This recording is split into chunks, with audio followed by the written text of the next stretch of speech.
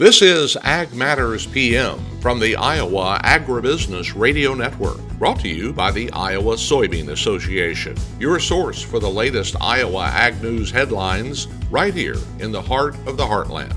With reports from our award-winning team of Dustin Hoffman, Riley Smith, Mark Magnuson, and Andy Peterson. Now, from the IARN studios in Des Moines, here's Mark. Hello and welcome into Ag Matters PM on the Iowa Agribusiness Radio Network. I'm Mark Magnuson. Today is Monday, January 27th of 2025, and we're so glad you can join us for today's show. In today's episode, I will be joined for the closing markets by Robin Schmahl of agmarket.net. But first, it is my conversation with Brett Kaysen of the National Pork Board. Had the chance to speak with Brett at the Iowa Pork Congress last week, and he was able to tell me about an upcoming campaign from the National Pork Board that will be marketing pork to the U.S. consumer. Mark Magnuson for the Iowa Agribusiness Radio Network, and I'm joined today by Brett Kaysen. We are at the National Pork Board exhibit at the Iowa Pork Congress for 2025. And Brett, first of all, could you tell me please your role within the organization? Yes, I'm the Senior Vice President of Producer and State Engagement. And that is a great topic here because we have a lot to talk about here at Iowa Pork Congress with a lot of groups here together. And NPPC just across the way. Of course, we've got the Iowa Pork Producers Association here today. What is that relationship like between the three, and how does that work together? Yeah, I think it's very important for your listeners to know that we have 42 state pork associations. So, yes, we have swine production in all 50 states, but there's 42 of those that have an organized state association like Iowa, where we're at today. How do those things work together? Synergistically, from a stakeholder perspective, it's all about serving the farmer. And so these farmers in these states, an example I'd give you is I was on a Zoom board of directors meeting last night with the New York Pork Producers Association.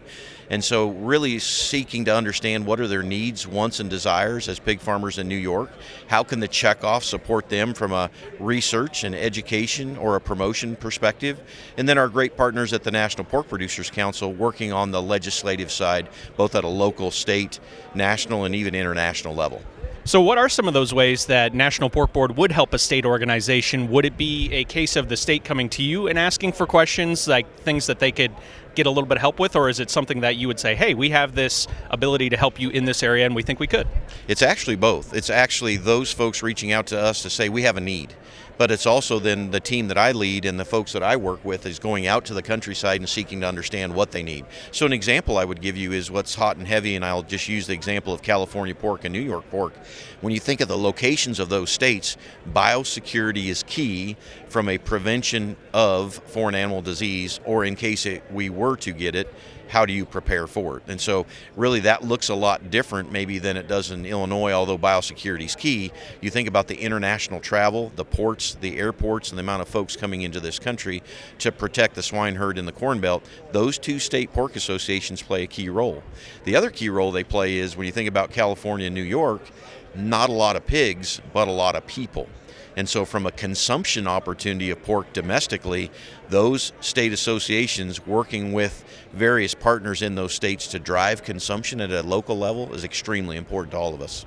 So here in the state of Iowa, of course, being the pork state and having a great state-led organization, are there any unique challenges for the state of Iowa? Like you mentioned, for New York and California, they have their own unique viewpoint and things that affect them differently. What would Iowa's, lane be there in terms of things that are maybe a little bit different for it? Yeah, as I think about Iowa and working with our Iowa pig farmers, swine health is always key. And what I do is I'll tell you, we shift more in Iowa to, although foreign animal disease prevention preparedness is important, what I've been hearing a lot the last 60 days is these endemic diseases that we face.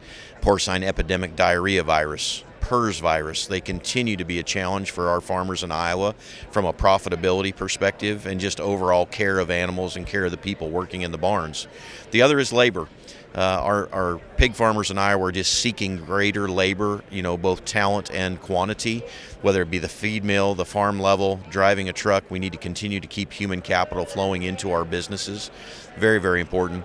And as you know, Iowa is made up of a lot of independent pig farmers, and they continue to challenge the National Pork Board to say, please continue to do everything you can to make pork relevant with the younger generation, younger eater, and drive pork from a domestic consumption perspective. And I know those individual producers as well also appreciate having an individual producer voice in the groups as far as the state organizations or the national-led organizations, just to get that perspective as well. Oh, absolutely. One of the favorite things about my job is to watch these young farmer leaders come through the state pork associations, be on their board of directors, and then make their way to the national organization's board of directors. And what's fun for me is that at the National Pork Board, our objectives are set by 15 board members from all across the country that are farmer leaders that were elected by their peers. So when my boots hit the ground every day, I'm working for 50,000 pig farmers, but there's 15 of those that have set the strategic direction from all across the country, and they're passionate about different things to make sure they take care of their own state, but they're also great leaders that they're always thinking about the we and not the me. I know you're also excited, Brett, about a campaign this spring from National Pork Board. Could you tell us about it, please? Yeah, everybody wants to know. And what I can tell you is if you're going to Orlando, Florida at Pork Forum in March, you're going to see what we're going to call a soft launch of a national consumer campaign. Now, the full launch will take place in May. So everybody should get excited about this. But farmers being farmers, like we all like shiny new things, are like, but Brett, what's it going to be? What's the tagline? What's the logo? I don't know the answer to that.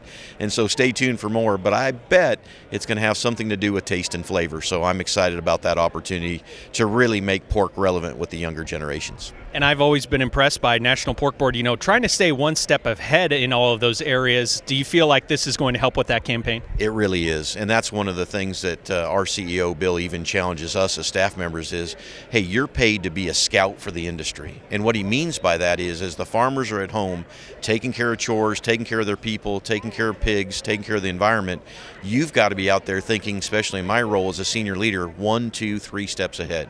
What could be coming at us not only in 25, but 27, 2030, and 2035. And I think this consumer marketing campaign will set us up for decades in the future. And then going back to what we began the conversation about here, Brett, I'll ask you a last question there. Is there any area where things need to improve in terms of helping each other out between the organizations or just getting that information flowing better? Is there anything else that you're trying to work on in that regard? Oh, I think there's always, in the spirit of one of our We Care ethical principles and theories is, continuous improvement on farm. Same thing for our national organizations and our state organizations. We have to continue to be more effective, more efficient, and really what our farmers have challenged us with is don't replicate, don't duplicate, but make sure you're coordinated and you're communicating in your approach. And that's where we're focused, but we have the opportunity to refine that process. Brett, is there anything else you'd like to let our Iowa pork producers know about when it comes to what you're working on at National Pork Board, or just excited about for 2025? I'm just excited about 2025. We've got some wind in our sails from the markets. If you saw Q4 of 24, that was exciting. 25's off to a good start. If you look out into the mid-year, it looks like the markets are going to be good. And I would just close by saying thank you. Our farmers are out there grinding it every day. As you know, the last 2 days have been extremely cold in the Midwest. As we're sitting in a heated building, there's someone out there that was loading hogs at 2 o'clock this morning. And I just don't know if we say thank you enough for what they do and the work that they lead on behalf of, the state of Iowa, the country, and the world. That's a great point, Brett, but the good news is it's going to be a little bit warmer here in the next few days. He is Brett Kaysen with the National Pork Board.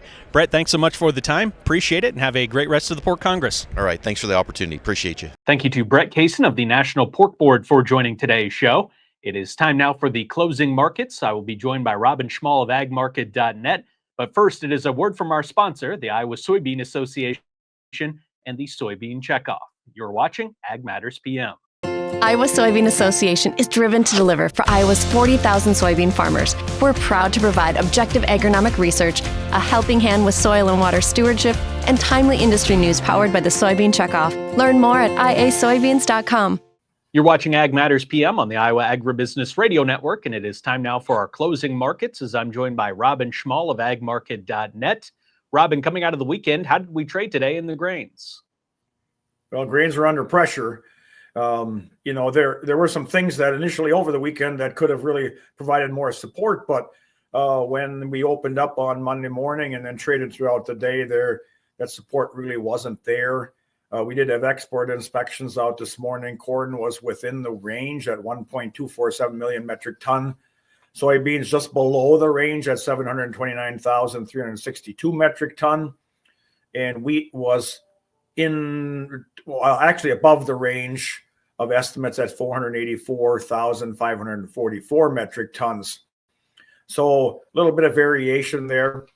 The rain in Argentina covered about maybe 30% of the corn soybean area, but some of the key growing areas are expected to get more regular rains coming in February. Now that's, looking out that far, and things can change a lot, but that's one of the things that put pressure on the market. I mean, some of those key growing regions were the driest since 1980, but if we start getting a little bit more of that rain, the crop isn't as far along that at least it'll help it some. Now, there was a reduction in soybean crop in Argentina by 500,000 metric ton, but that's just analyst estimates again at this point in time. The chances of rain in the weather forecast being more frequent put some pressure on the market.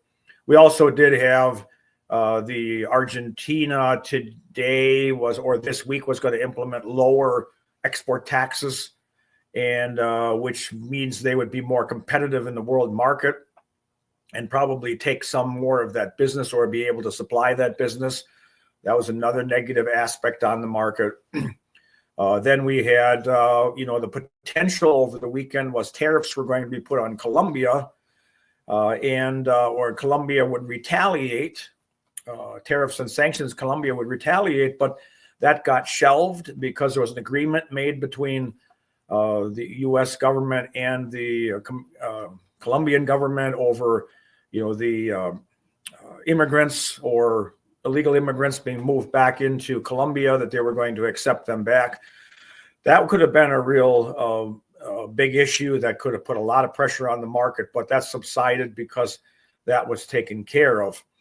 At least for the time being, and anything can still happen at this point in time. The soybean exports that were shut off from Brazil to China really doesn't seem to be as big of a deal as it initially was. It's going to last for about 2 months, but it's not a complete ban. 5 of the export companies they said it was unit specific ban, not the whole thing initially. So there was some of that bullish situation there, bullish news that really was taken away from that market. And so we saw lower prices or lower pressure, pushing prices lower. And that really dominated most of the day. Let's talk about the livestock markets. How did the cattle and hogs trade? Well, cattle were on kind of a roll. First of all, they opened up quite a bit higher, moved higher, new contract highs, backed off as time went on. The cattle on feed report came out on Friday afternoon after the markets closed, which was in essence bullish to the market. On feed was at 99%. The estimate was 99.8. Placements at 97%, and the estimate was 101.8, so quite a bit lower there. Marketing's 101% versus the expectations of 101.3. So that propelled or maintained the momentum, Friday's momentum, through today initially, and saw it higher. Now we did have strong cash to close out the week. Southern cattle were up $5, northern cattle $6 to $8 higher. Feedlots have been in control. Packers had to step up to the plate, so we saw the strength. Then we backed off during the day, and we went actually negative in most of the contracts. But right into the close of the day, we saw the markets come back again, and some of those early months closed at new contract highs. Box beef prices at noon were higher. Choice was up 35 cents, select up $1.73. So the market is anticipating still stronger gains yet as time goes on. That's what was seen in today. Hogs, the futures uncovered strong buying interest today. And I think that's long-term buying interest because the cash and cutouts on Friday at the close were negative.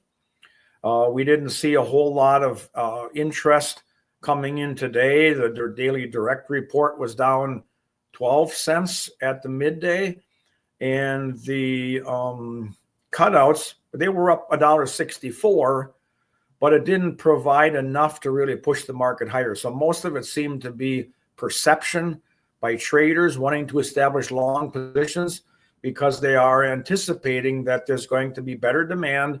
Hog slaughter has been good, and there's going to be some better demand coming down the road. Now, a new contract high was established in the October contract, so they're more friendly out in the farther areas. And if we really look at the technical aspect of the hog market, we could be looking at a head and shoulders bottom in the June, July, and August contracts. Now, if those hold and that technical pattern holds and traders want to trade it, we could see some significant higher futures prices here before all is said and done. Robin Schmahl of agmarket.net, my guest here today. Robin, what's the best way for our viewers to get in touch for more marketing information? They can call me directly at 877-256-3253 or go to our website, agmarket.net. There's an 844 phone number on there, and they can feel free to call in. Robin, thanks so much for the time. Always appreciate it, and have a great rest of your week. All right, thank you. I always enjoy being on. Thank you to Robin Schmahl of agmarket.net for our closing markets here today. Let's take a look at how the numbers closed in the ag marketplace, and you can find those numbers anytime under the Markets tab at iowaagnet.com. March corn closes down 4.5 at 482 even. March soybeans down 10 3/4 at 1045 even. March soybean meal down 410 at $300.80. March soybean oil down 22 cents at 45 even. Chicago wheat down 8.5 at 535.5. Minneapolis wheat down 9.5 at 585 3/4. Kansas City hard red wheat down 6 1/4 at 553 1/4. March oats down 10 even at 350 1/4. On the Merc, February live cattle up 90 cents at 205.67. March feeder cattle down $1.32 at 275.25. February lean hogs up 75 cents at 83.05. February pork cutout unchanged at 91.32. Class 3 milk up 59 cents at 19.89. That wraps up our closing markets for today, and that brings us to the end of today's show. You can find all of our content on our website at iowaagnet.com. You can also subscribe to our YouTube channel. Click on the notification icon as well to let you know whenever there's any new videos available for you. You can follow us on social media at Facebook, X, TikTok, and LinkedIn. And you can listen to our morning, midday, and closing market podcast, as well as our daily Iowa Ag Matters podcast, wherever you find your favorite podcast, at Apple, Amazon, Google, Spotify, and Podbean. From the Iowa Agribusiness Radio Network studios in Des Moines, I'm Mark Magnuson. For Riley Smith, Dustin Huffman, and Andy Peterson, we thank you for watching. This has been Ag Matters PM.